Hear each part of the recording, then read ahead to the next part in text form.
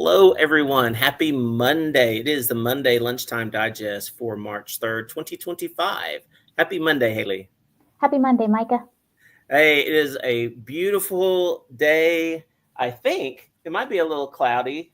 I don't know. I can't really tell. Actually, I haven't been outside today, so I can't really say it's Oh, a beautiful day or not. All I know is that it's warmer than what we had, a week or so ago. So I am happy about that.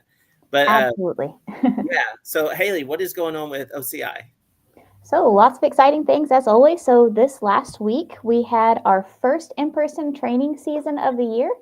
And so we had Jamie Lavecchio, LADC, did a 3-hour training on motivational interviewing with substance abuse treatment clients. Got stellar reviews. Oh my goodness, she did a great job. I looked at the feedback this morning, and a lot of folks were stated they learned a lot and they really enjoyed her presentation style. And so we have Tom working on editing that this week, and hopefully that will be in the catalog here in the next few weeks or so. And I also presented in the afternoon, not to toot my own horn, but I got some good reviews too. But I presented on ethics. And so both of those trainings will be up in the catalog if you missed us for the live version. But if you are missing out on those live trainings and you'd like to join us here soon, we have lots of upcoming in person training dates. So our next in person training date will be Saturday, April 5th. We'll have a 9 a.m. training and a 2 p.m. training. And in the afternoon, we're going to have Introduction to Gottman Therapy with Shelley Madden. I'm very excited for that one. And then, of course, we have our Summer Super Summit coming up May 15th and 16th. And we'll have many, many June dates in person as well. If you'd like to learn more, if you'd like to save the dates or sign up for any of the trainings, please go to counselinginstitute.org to find those dates there. We are in our training season. Our catalog is full. Our schedule is full. We've got a lot of awesome things. And so join us in person or online for your training needs, and we'll get you covered. Yeah, absolutely. And it was really fun doing our first in-person one last Saturday. And we are at the new Halo location. So it is just right down the street from the old Halo location. And it is really a nice training room. Really enjoyed being there. They have a great setup there. And as you said, we had a great AEM presentation on motivational interviewing. Yours was on ethics and cultivating your career. So for counselors that want to branch out and do some other things like writing articles or continuing education or consulting, all those types of things that they need to be aware of to make sure they keep those roles separated.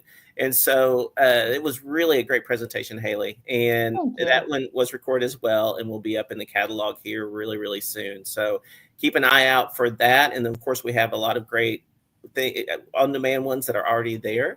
So check us out. Come to in person, come to the Summer Super Summit, or get your on-demand continuing education.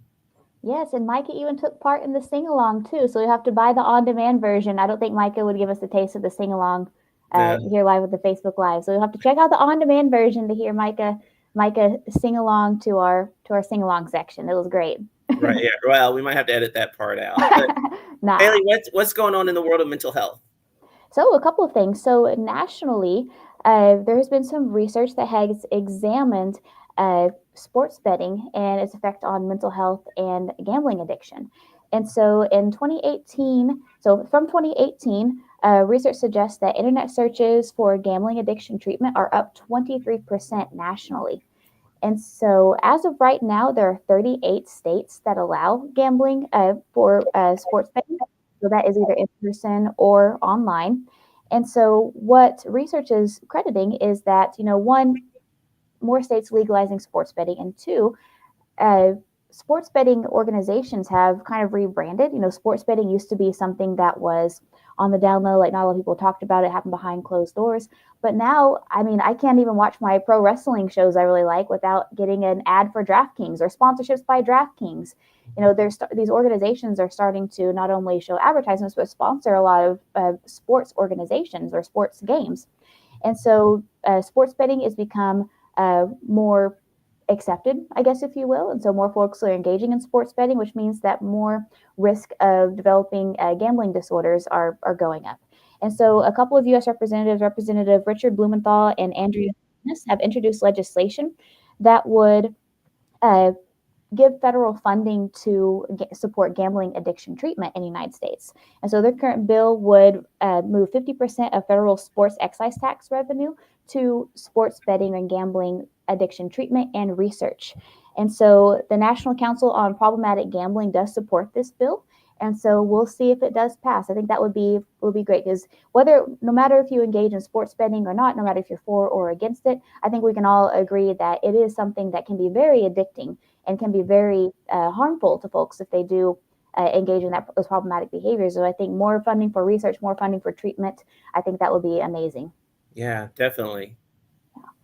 And so, speaking of funding, so as of next year, federal funding for 988 is set to expire.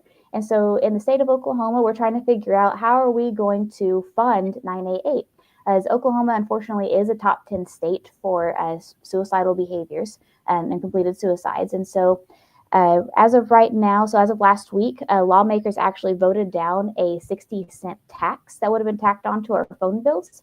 So this tax would have been 60 cents every year, or I believe, I can't do math right now. Was that 5 cents a month tacked on to our phone bills in order to pay for 988? That would have granted about $2.8 million of revenue, just giving that 60 cents every year for every phone bill. However, that bill did not leave committee. It was shut down. It was not passed, and so we're kind of left in a gray area right now, where a lot of lawmakers are saying, yes, we need 988, yes, we need this funding, but I'm not willing to continuously tax my constituents, which is understandable, but we don't really have a direction for where we're going to get that funding in the future. And so, kind of to be continued there. I think we can all agree that 988 has been an incredibly helpful resource that saved many, many lives in Oklahoma, and has also diverted a lot of law enforcement calls away from these calls where law enforcement is really not needed. Like it's serving many, many folks in the community, and also helping to take some of the burden off of law enforcement and responding to these calls. And so hopefully our lawmakers can get their ducks in a row and figure out a different way for us to get that funding. So to be continued there. Yeah, let's hope so. Well, some other bills that are making their way through this legislative session is House Bill 1687. So that is the Mental Health Advance Directive.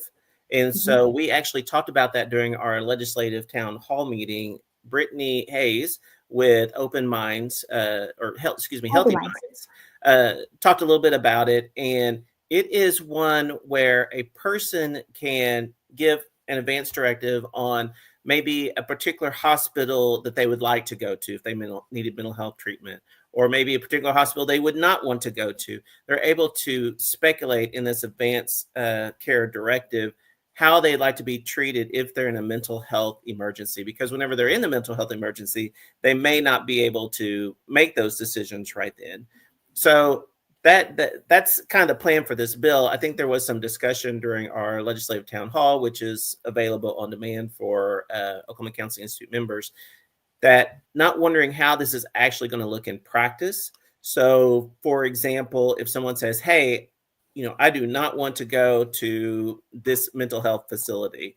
Well, if that's the closest one, then is somebody going to have to drive, like law enforcement or transportation agency or something like that, going to have to drive across the state to take them to a different mental health hospital? Or even could they say, I don't want to go to anyone in Oklahoma? So does that mean that they have to take them outside of the state? Another question that came up during the town hall was, what if they say, later, I don't want to follow the advance directive that I set out. I want something different. Well, if they're in a mental health crisis, are they of sound mind to be able to make that decision to change it, or are they not in sound mind to make that decision?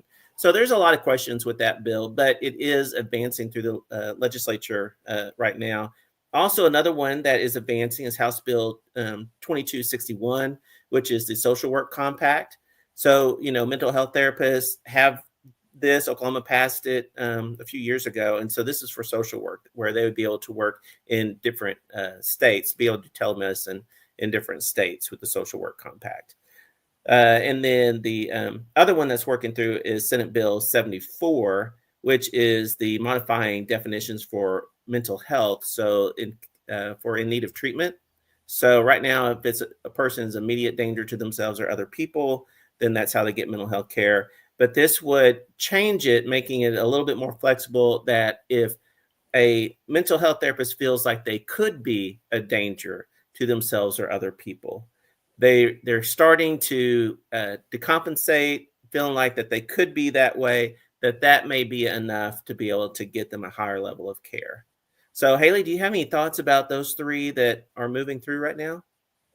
For me in particular, my thoughts or my questions are, how is this actually going to look? And I think that unfortunately, some of the interpretations of these laws will only be made after there's court cases brought Mhm. up against mental health therapists, or brought up by clients, or brought up by boards.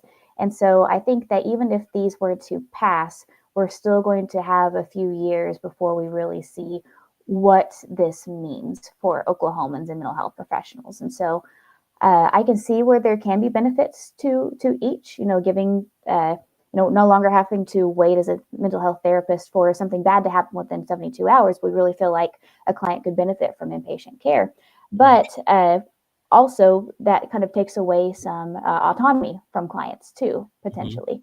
And so I'm really interested to see how this plays out if it is passed. But again, I think it's going to take some court cases and some more legislation to really suss out what it's going to look like in practice. Yeah, yeah. A couple of the bills that seem to have stalled at this point that aren't making any movement is Senate Bill 486, which would allow a school district board of education to contract with a chaplain to perform school counselor duties. So that one is not making any movement right now. Senate Bill 702, schools modifying their curriculum to take out mental health wording, mental health concepts, taking out of their health curriculum. So that bill is not passing through. And through our legislative town hall, that was the one that the Association of Case Managers was really concerned about, because they're primarily made up of nurses. And so Mm-hmm. they're them wondering, for a school nurse to be able to provide adequate care and education to school children, if that is not in the curriculum where they can do that, where they can, even discuss it, then how are they going to be able to provide adequate care that their license requires if they're not able to discuss those topics? So fortunately, that is stalled. That's not making movement right now. And then the other one is House Bill 1173, which is prescription privileges for psychologists. So this is something that the Oklahoma Psychological Association is for, where they, with additional training, where a psychologist could prescribe medication, but right now it seems stalled and is not working its way through the legislature right now. I know that other states have introduced that legislation, and I know in our legislative town hall, Jennifer Morris and Dr. Jennifer Morris, who has Edmond Psychiatric Associates, and Dr. Joseph James, I believe is his name, as the president of OPA, had a really fruitful discussion on what that would look like and what kinds of steps psychologists need to take in order to get that training. And so I think that I could see the value in that, but also I could see some of the hesitation that other providers might have as well. Mm-hmm. Because as the law is written, it's not really laid out how that training would look or what would be the criteria um, that would be trained in order to prescribe medication. So, Right. yeah. Yeah, the way he was talking in the town hall, it would be a master's, the equivalent of a master's level in psychopharmacology Mm-hmm. would be the additional training. But as you're saying, the specifics of it aren't outlined out.